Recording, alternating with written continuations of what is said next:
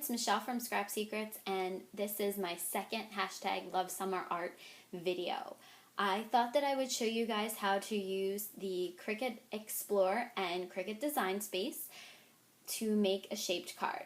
My goddaughter's birthday is in the summer. It's actually on Thursday, and she's going to be 9. She's a very girly girl. She loves purses and makeup and clothes and shoes. And for her birthday, her Nona got her a fairly expensive purse. So that's why I'm making this purse card. So I'm going to show you how to make a shaped card from a single image. So this is what the screen looks like after you log in. Here's my login information here. So you're going to hit Insert Image, and I've already typed into the search box that I want to look for a purse. So let me show you real quick. This is the image that I chose. So you click it, and you'll see the green check mark, or the green box with the check mark. And then you're going to come over here and then pick the box that says Insert Image. And it's going to bring you back and insert the image. So I'm just going to show you fairly quickly how I created this card. So I'm not going to resize the image, but what I did was I took this image and did, since this is a Mac, Command C and Command V, which is copy and paste. You can also right click and do copy and paste. I'm getting the Wheel of Death, which is always great when you're making a video when you get the Wheel of Death. So over here, if you can see it, if you right click on it, you will get the copy and paste. Okay, so what I did was, I'm going to turn this over just a little bit here, and then there is a box on the side that has a bunch of edit features in here. So what we're going to do is we're going to click on the Layers tab. So this shows you all of the layers. Ignore the one that says Group down at the bottom. That's the actual card. You'll know that it's the image because you can see the black, the red, and then this piece here, which is the shadow, has the eye with the slash through it. That means that the base layer is not shown. So you want to click on that on both images. So now you have the base layer. If you can see at the bottom, it's that tan layer. Then there's the red, and then there's the black. So what you're going to want to do is right-click on the image and hit Ungroup. Now that we've done both layers, hit Ungroup. So now what you're going to be able to do is take the layers apart. So we're just going to put these to the side because we don't need these right now. These two layers here are going to create our base. So what you're going to want to do is click on one of the layers, go to the Edit tab, and then over here there's one that's a side to side and one that's top to bottom. That rotates the image side to side or top and bottom. What you're going to want to do to create the card base is do the top and bottom, and then you're going to want to put them together kind of like that. So here, right here where they're joined, is going to be where you're going to score to fold the card. You're going to highlight both images, and you're going to right click, and you're going to hit Weld. The other thing you can do is you can do that and then go to Layers and hit Weld. So there's two different ways to do it. Then you'll see that the images are welded together, and you'll notice that if you move them like that, the pieces move together. Then what you're going to do is you're going to want to come back. But because these pieces are welded together, what you're going to have to do is right click and hit Move to Front on each of these pieces. And then you can just kind of line them up. You're going to want to go back to Edit for this. You're going to want to flip top to bottom. Do the same thing, right click, move to front, put that piece on top. Now obviously when you're doing this, you're going to put a little bit more care into it. I'm just trying to give you guys the idea of how to do this. So you're going to put it on, and when you glue it down, it'll be a different story. So you're going to want to flip this one upside down, and you're also going to want to right click and move to front. So now that you have all of your pieces together, what you're going to want to do again is highlight the whole entire thing, right click or go to Layers and hit Group. Now what group does is that it groups all of your pieces together so that you can't move any of the layers, but they're not welded together. If they were welded together, they would all be the same color. Same for attach. Weld means that the pieces are all one. Attach means that they're all together. I don't use attach very often. I will use it when I'm attaching words to an image that I want the words to cut out of the image. That's pretty much when I use attach. So there's the card. So now obviously I'm going to just hit the delete button to get rid of that. I just wanted to show you guys how to use that one to do that. But here is the card that I created.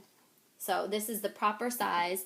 It is about 4 1/4 by 5 1/2, which is a typical A2 size card, so it'll fit in a normal envelope, but we can also make our own envelopes if we needed to.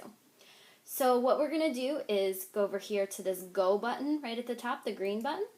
And what it's going to do is it's going to bring up all of the layers. So each of the different colors that was in that purse over there is the color on the mat that it's going to cut out. So you can actually change the colors. The other ones were like a tan, a red, and a black. I decided to cut them out in the exact colors that I'm going to be cutting out. So this is the black layer. I'll show you. Here's the gray layer, and here is the white layer. So since I've already had the white paper loaded onto my mat, we're actually going to click this white mat. And I don't know if you can see down here, but this tells you mat 3 of 3 selected, which means I know that it's the white mat. So then if you come over here, there's the green go button. You're going to hit go, and a new screen is going to come up, and it's going to tell you exactly what to do. It's going to say load, then set with the dial, and then go. So over here is the Explore. So you can see that blinking arrow light. That's the load button. So my paper is already on my mat. I'm going to hit the blinking button, and it's going to load the paper into the system. The next piece on the computer, which you can't see, it says set the dial by turning it to the material you're using. So here's the dial right here. You're going to want to set it to the right setting. There's a cardstock setting, then one past the cardstock. This isn't really thick cardstock, but it's not the real thin paper. So I am going to do it one past the cardstock. It may be a little bit of overkill, but sometimes it's better to have a deeper cut than not to cut all the way through. So this button that's blinking right now is the go button. After you've checked your settings, you're going to want to hit the go button. And the Cricut Explorer is going to cut out the card base. So this is going to be the very bottom, and then we're going to cut out the other layers, the black and the gray layers. So I think this might be too much. It may have been a little bit rough. But we'll see when it comes out. Sometimes you can just use your scissors and go over the pieces. And if it was too rough, we can cut it out again.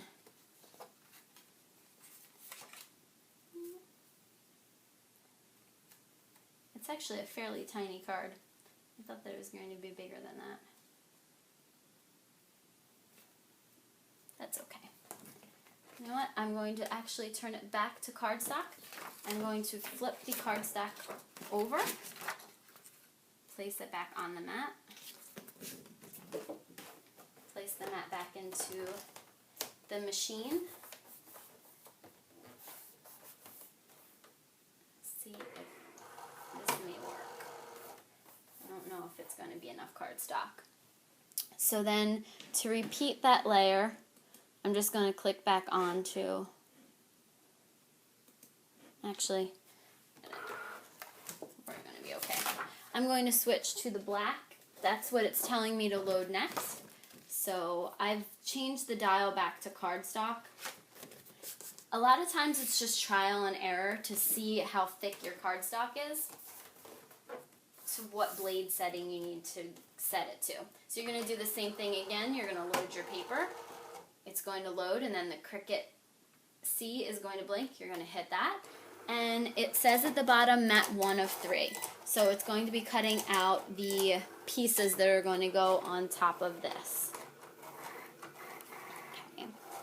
So it does take a second for it to cut out. And while this is cutting, I'm going to tell you we're going to use the Cuttlebug to emboss these black pieces.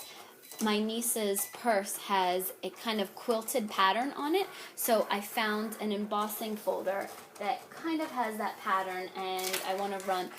Ooh. Hold on. So if something like that happens again, my mat isn't the stickiest. It's kind of old, as you can see. So what we're going to do is we're going to take that one piece off, and since they are mirror images of each other, I'm just going to stick the paper back on, the black paper back on. And what you can do is just load it back in there.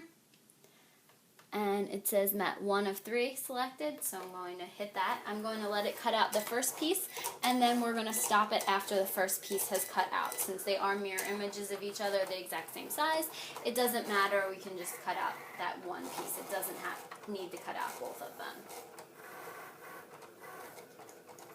And again, that just happened because my mat is not sticky. It's kind of an old mat. So now I can hit the stop button, because that cut out the first piece. So there are both of the pieces cut out.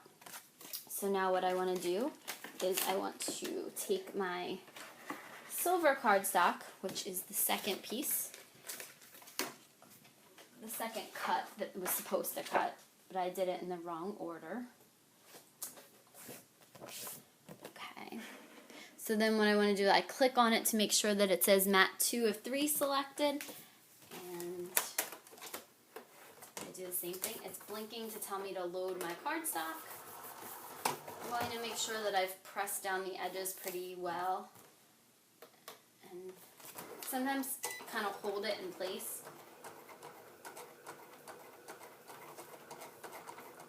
You won't have to do this with new mats. New mats are very sticky. So a lot of times with the new mats, you have to be careful because they stick too well. So once these cut out, I'll show you how intricate these cuts are, and it's pretty amazing how well this cuts. And this is not the, I think it's a carbonite blade that comes with the Explorer. My blade actually was very dull the other day, so I replaced it with one that I had from the Expression. So it's just a regular one. So it's not as great of a quality as the blade that comes with the Explorer. So, but it still cuts out very, very nicely. So it's almost done. It just has the outer layer to do. And then we're going to emboss the black pieces, and then we're going to assemble the card. It'll be pretty quick.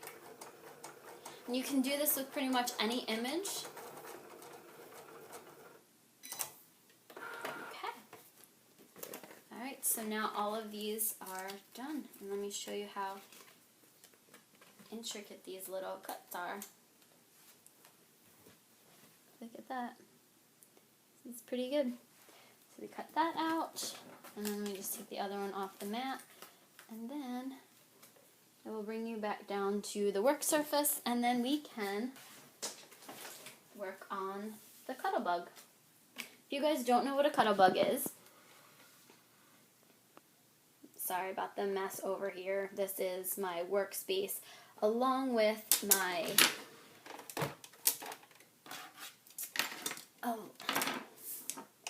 because I'm moving, everything is pulling double duty. Let me see if this is, let me see if I can put this down. Okay. So here's the Cuttlebug. So this is the magnetic platform that I have here. So let me show you. So this is the Cuttlebug folder that I have. It kind of has that diamond pattern in it. So what I'm going to do is I'm going to take the 2 black pieces, and I'm going to place them in the embossing folder. Try to do it as straight as I can. Get kind of an even pattern.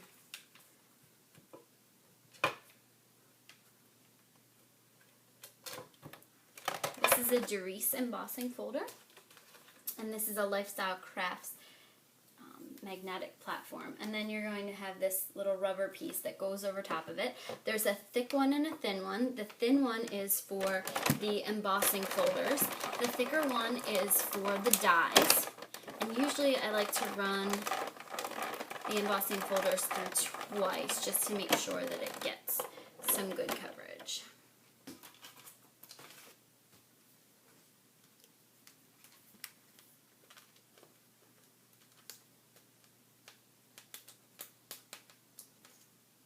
And that really stuck. So I will show you what it looks like in a second.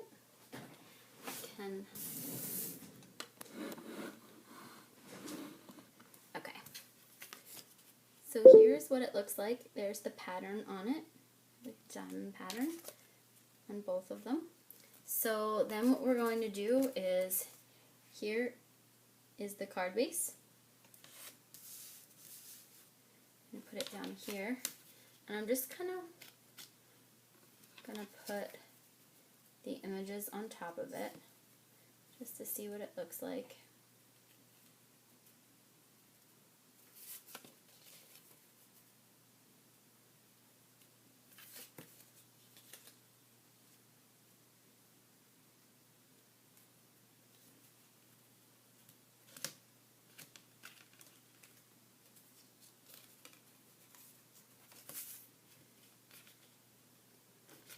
I'll be able to cut these little white pieces off that are extra in a minute. I'm going to take my ATG gun, which if you haven't seen it, this is what it looks like. I'm going to put adhesive, oh, excuse me, all over the back of it.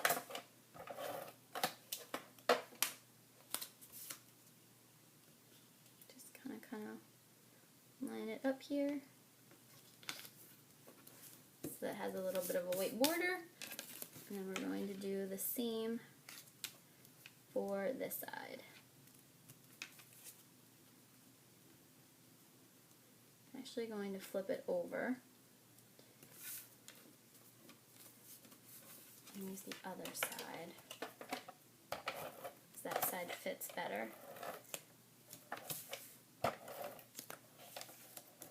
Sorry if I'm not in frame, guys.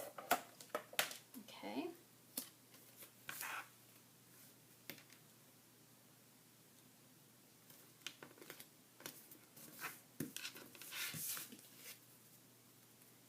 So there's the purse card. Here's the back of it. And then what we're going to do is we are going to put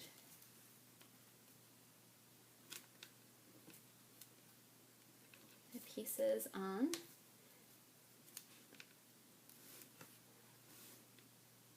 So I have a Zig 2A glue pen, which is just, use it just like a pen. You can press down, and the glue that comes out is blue. If it's, once it turns white, it will be a repositionable adhesive. So you want to work fairly quickly so that it sticks permanently. You do have a little bit of time.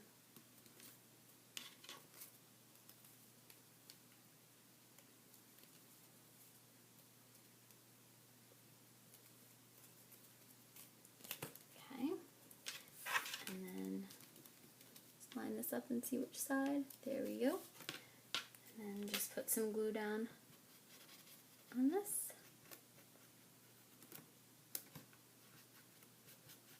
I don't normally make cards on video, so this is a little bit nerve-wracking for me. Usually I just go through the steps. I'll show you the finished card and then I'll walk you through the steps of how I did it. But there's my purse card.